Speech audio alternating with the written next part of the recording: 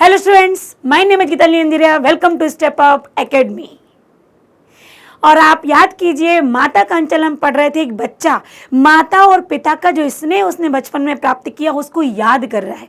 कैसे वो मित्रों के साथ घरौंदे बनाकर खेलता था, कैसे वो ज्योनार बिठाता था, किस तरीके की पंगत किया करता था, ये सारी बातें पार्ट 1 में आपने देखी।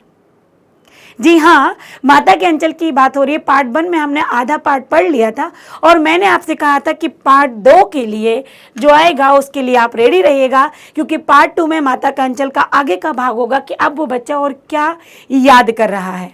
तो देखिएगा आगे कि वहाँ तक हमने देख लिया था कि वो दिए से कढ़ाई बनाता, तो बालू की चीनी बनाता और ज्योनार बिठाता था। आगे क्या होता, कभी कभी हम लोग बारात का भी जुलूस निकालते थे। आगे का खेल क्या था कि कभी कभी बारात भी निकाली जाती थी। कनस्तर का तंबूरा बजता, कनस्तर पीपा जो होता है वो उसका तंबूरा, मतलब उसमें आवाज आती टप टप की। अमोल को घिसकर शहनाई बजाई जाती। टूटी चूहेदानी को पालकी बनाई जाती, क्योंकि पालकी की जैसी होती भी है वो। हम समधी बनकर बकरे पर चढ़ लेते और चबूतरे के एक कोने से चलकर दूसरे कोने तक बारात ले जाते। अब बच्चे समधी भी बन रहे हैं, देखो जरा। वहां काट की पटरियों से घिरे, गोबर से लिपे, आम और केले की टहनियों से सजाए हुए छोटे आंगन में कुलिये का कलसा रखा रहता है। अब बच्चों को ये भी ज्ञात हो गया कि जब हम किसी घर में जाते हैं जहाँ विवाह होता है तो वहाँ लिपा हुआ एक भाग है, वहाँ आम के पत्तों से ढका हुआ जो मंडप बना है वो भी है। तो ये सारे बच्चों का खेल है। वहीं पहुंचकर बारात फिर लौट आती। लौटने के समय खटोली पर लाल ओहार डालकर, खटोली जो बनाए थे उसमें लाल कपड़ा डालते, दुल्हन को चढ़ा लिया जाता। लौट आने पर बाबूजी ज्यों ही ओहार उकार कर दुल्हन का मुंह निरखने लगते, त्यों ही हम लोग हंसकर भाग जाते। ये बच्चों का होता है। बच्चे अपने खेल में मग्न और कोई बड़ा आ जाए और बच्चों के खेल में आगे कुछ देखने लगे तो बच्चे शर्मा कर भाग जाते हैं। तो ये भी भाग जाया करते थे। आगे देखिए, थोड़ी देर बाद फिर लड़कों की मंडली फिर अपने अपने कामों में जुट जाती। इकट्ठा होते ही राय जमती कि खेती की जाए, मतलब अब कौन सा खेल खेला जाए। देखिए, ये उस समय के खेल हुआ करते थे जब ना तो हाथ में मोबाइल था, ना कोई वीडियो गेम था, ना तो लैपटॉप थे, ना ही कंप्यूटर था। उस समय इसी प्रकार के खेल होते थे। बच्चों का ये रचनात्मक कार्य भी हुआ करता था। जैसे आप प्रोजेक्ट बनाते, ये बच्चों के प्रोजेक्ट थे। कैसे उन्होंने चूहेदानी से पालकी बना ली, कैसे उन्होंने घरौंदा बना लिया खेलने के लिए, कैसे उन्होंने मिट्टी के दिए को कढ़ाई के रूप में उपयोग कर लिया, या घर को किस तरीके से उनको जो सरकंडे की लकड़ी थी या फिर दातून थी उससे किस तरीके से मंडप सजाया। ये उनकी खुद की क्रिएटिविटी हुआ करती थी। तो इस तरह के खेल होते थे। वो खुद सोचते थे, किसी यूट्यूब पर किसी गूगल पर जाकर उन्हें सर्च नहीं करना पड़ता था। इस प्रकार के खेल से बच्चे फिजिकली बहुत तंदुरुस्त हुआ करते थे। तो ये उस समय के खेलों की बात हो रही है कि खेलने के बाद एक खेल समाप्त किया, दूसरे खेल का विचार बनने लगा। चबूतरे के छोर पर घिरनी गड़ जाती, उसके नीचे गली में कुआं बन जाता, क्योंकि अब ये खेती करने वाले हैं। मूंज की बटी हुई पतली रस्सी में एक चुक्कड़ बांध गराड़ी पर चढ़ाकर लटका दिया जाता। दो लड़के बैल बन जाते और मोट खींचने लग जाते। चबूतरा खेत बन जाता, वो चबूतरे को पूरा खेत बना लिया जाता। कंकड़, बीज, ठेंगा, हल, जोहाटा, मतलब जो कुछ उन्हें मिलता उस खेत को करने के लिए, पूरा करने के लिए बड़ी मेहनत से खेत जोते, बोए, पटा जाते। फसल तैयार होते देर न लगती, हम हाथों हाथ फसल काट लेते और काटते समय गाते। अब देखो बच्चों ने क्या क्या देखा। बच्चों ने देखा कि माँ किस तरीके से किचन में काम करती है, कैसे ज्योनार पंगतें होती हैं, कैसे खेती होती है, शादी का मंडप किस तरीके से सजाया जाता है। बच्चों ने जो भी देने कार्यों में या फिर जो भी अपने आस पड़ोस में जो भी आपसी के लोगों में देखा वो उन्होंने सब कुछ सीखा। उसको बच्चे को खेती किसानी करना भी आ गया खेल खेल में कि किन किन वस्तुओं की आवश्यकता पड़ जाती है। ऊंच नीच में किस तरीके गाना भी वो सुनते थे कि लोग जब किसान क्या होते खेत में काम करते तो वो कुछ अपने गाने लोकगीत गाया करते, तो बच्चे भी गाते। ऊंच नीच में भई क्यारी जो उपजी सो भई हमारी, जो सुना वो गाया। फसल को एक जगह रखकर उसे पैरों से रौंदते क्योंकि छिलके उतर जाएं उसके। कसौरे का सूप बनाकर ओसाते और मिट्टी की दिए के तराजू पर तौलकर, मतलब जैसे सूप से करते थे कि कचरा अलग, क्योंकि पहले कोई मशीन तो थी नहीं कि आप उसको उड़ा रहे हो, अलग से भूसी अलग निकल रही है, अनाज चने अलग, मतलब अनाज अलग निकल रहा है। पहले तो सूप से ही उड़ाते थे, उस तरीके से बच्चे उड़ाते और दिए को इस तरीके से लकड़ी से बांधते, उससे रस्सी से, कि वो तराजू, ऊपर लकड़ी लगाते और पकड़ने के लिए रस्सी, कि वो तराजू का काम करती थी। तौलकर राशि तैयार कर देते। इसी बीच बाबूजी आकर पूछ बैठते, इस साल की खेती कैसी रही भोलानाथ? अब वो भी बीच में आ जाते क्योंकि बच्चों ने खेती की है।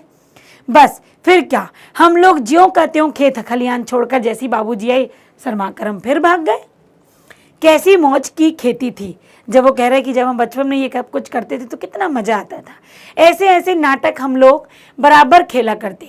बटोही भी कुछ देर ठिठक कर हम लोगों के तमाशे देख लेते।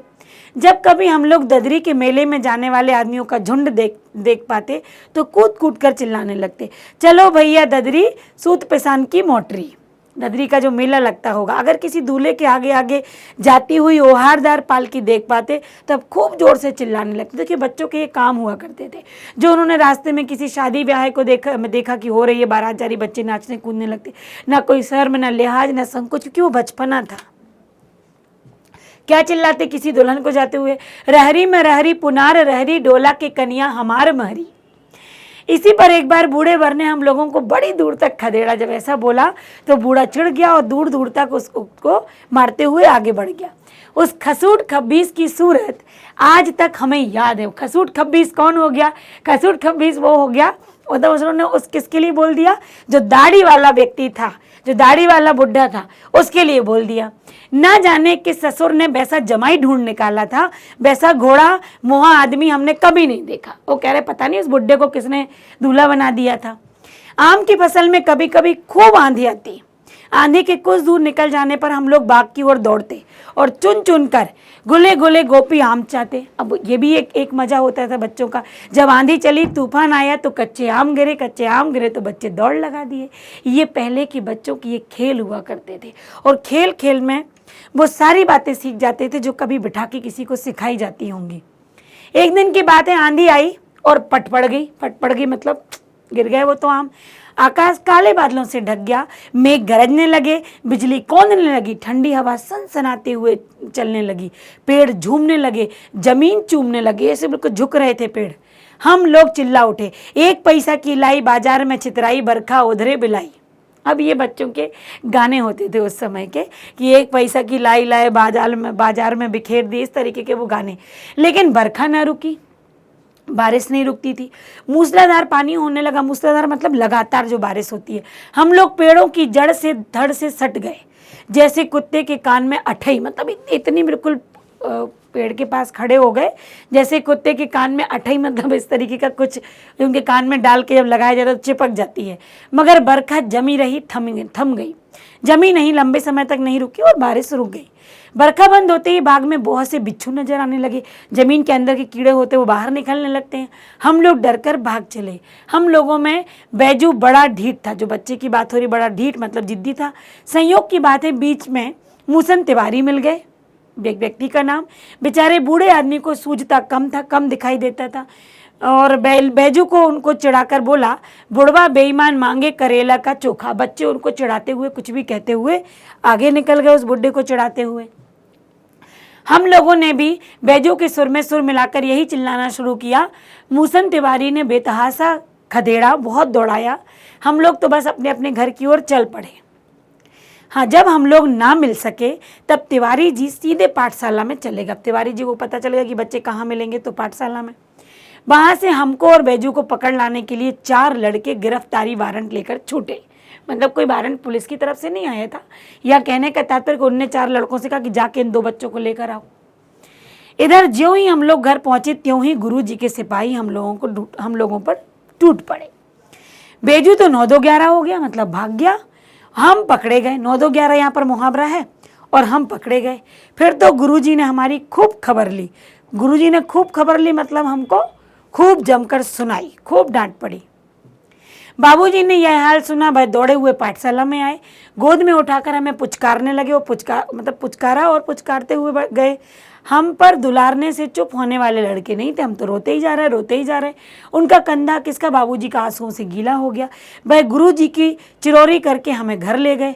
रास्ते में फिर हमारे साथी लड़कों का झुंड मिला और वो जोर से नाचते, क्या नाचते गा रहे थे वो बच्चे, माई पकाई गरर गरर पुआ, हम खाई पुआ न खेलल जुआ। मतलब पुआ जो माँ ने बनाए थे वो खूब हमने बड़े धूमधाम से खाई। ये बच्चों के गाने हुआ करते थे। फिर क्या था, हम फिर रोना धोना अपना भूल गए। हम हट करके बाबूजी की गोद से उतर पड़े और मंडली में मिलकर फिर हम भी गाने लगे। अब तब तक सब लड़के सामने वाले मकई के खेत में दौड़ पड़े। मकई का खेत था वहाँ पर, मक्के का, उसमें चिड़ियों का झुंड चर रहा था दाने। दौड़ दौड़ कर हम उन्हें पकड़ने लगे, एक भी चिड़िया हाथ में ना आई। हम खेत से अलग होकर खड़े होकर फिर गाने लगे बच्चे। अब कुछ, राम जी की चिड़ई, राम जी का खेत, खा लो चिड़ई भर भर पेट। वो कहने लगे कि राम जी का खेत है, राम जी की चिड़िया है, आप तो खाओ खूब भर भर पेट। ये बच्चे ना अलग अलग प्रकार के गाने बना के लोगों को चिढ़ाया करते थे, वो गाते थे। हमसे कुछ दूर बाबूजी हमारे गांव के कई आदमियों के साथ खड़े होकर हमारा तमाशा देख रहे थे। यही कहकर हंसते कि चिड़ियों की जान जाए लड़कों का खिलौना। सचमुच लड़के और बंदर पराई पीर नहीं समझते। मतलब चिड़िया भली बेचारी मर जाएं, पर लड़कों ने तो उनका खिलौना समझ लिया। ये बिल्कुल बच्चे बंदर के जैसे होते हैं, किसी की पीर मतलब दुख नहीं समझते। एक टीले पर जाकर हम लोग चूहों के बिल से पानी उलीचने लगे। अब चूंकि पानी भर गया था तो चूहे जो बिल बनाते उसके अंदर पानी भर जाता, तो बच्चों का एक वो भी खेल होता है। उस बिल में से वो क्या करने लगते हैं, पानी निकालने लगते हैं। नीचे से ऊपर पानी फेंकना था, हम सब थक गए। तब तक गणेश जी के चूहे की रक्षा के लिए शिव जी का सांप निकल आया। अब देखिए बच्चे कह रहे हैं जहाँ पर हम चूहे के बिल से पानी निकाल रहे थे, वहाँ शिव जी ने गणेश जी के चूहे की रक्षा के लिए शिव जी का सांप, मतलब वहीं से क्या निकल आया, एक सांप आ गया। रोते चिल्लाते हम लोग फिर से बेतहासा फिर भाग पड़े। कोई औंधा गिरा, कोई उल्टा गिरा, कोई अंटा चिट्टा, मतलब ऊट पटांग गिरते पड़ते। चूंकि सांप है सबको डर लगता है। किसी का सिर फूट गया तो किसी के दांत टूट गए, तो गिरते पड़ते हम भागे। हमारी देह लहू लोहान हो गई गिरते पड़ते। चूंकि बारिश का वो मौसम था, पानी गिर चुका था, तो इधर उधर बच्चे गिरते रहे कीचड़ में, इधर पत्थर में, कहीं चोट लगी, पैरों के तलवे कांटों से छलनी हो गए। मतलब इधर उधर दौड़ रहे थे तो कांटे भी लगते गए, लेकिन सांप के डर से बच्चे बेतहासा मतलब लगातार दौड़े गए। हम एक सुर से मतलब एक ताल में दौड़े जा रहे थे। सीधे दौड़ के अपने घर में घुस गए। उस समय बाबूजी बैठक के ओसारे में बैठकर हुक्का गुड़गुड़ा रहे थे। उन्होंने हमें बहुत पुकारा कि कहाँ भागे जा रहे हो, लेकिन हम उनकी अनसुनी बातों को अनसुनी करके केवल और केवल कहाँ दौड़ गए, सिर्फ और सिर्फ माँ के पास चले गए और जाकर उनकी गोद में शरण ली। जब पार्ट 1 हम प्रारंभ कर रहे थे तो मैंने आपसे कहा था कि जब हमें चोट लगती है, जब हम डर जाते हैं तो हमें केवल माँ याद आती। देखो ना, पिताजी के साथ दिन भर निकालने के बाद जब ये बच्चे कह रहे हैं कि माँ से केवल दूध का नाता था, केवल हम भूख के लिए माँ के पास जाते थे, लेकिन जब आज डर सताया तो वही पिता नहीं दिखे, केवल और केवल उन्हें माँ की गोद दिखी। जैसे माँ की गोद में छिप जाएंगे तो कोई हमें देख ही नहीं पाएगा। मैया चावल अमनिया कर रही थी, चावलों को वहाँ देख रही होगी। हम उसी के आंचल में छिप गए। हमें डर से कांपते देखकर वह जोर से रो पड़ी और सब काम छोड़कर बैठ गई। अधीर होकर, एकदम अधीर, उत्सुक होकर हमारे भय का कारण पूछने लगी कि क्या बात है, क्यों डर गए हो। कभी हमें अंग भरकर, कभी जोर से हमें दबा लेती और कभी हमारे अंगों को अपने आंचल से पोंछने लगती, साफ करने लगती और चूम लेती। और बड़े संकट में कि आखिर मेरे बच्चे को आज क्या हुआ जो सीधा दौड़कर मेरी गोद में आकर छुप गया। झटपट हल्दी पीसकर वो हमारे घाव पर लगाई, जी चोट लगी हुई थी। घर में कोहराम मच गया, मतलब घर में शोर हो गया बिल्कुल कि क्या हो गया।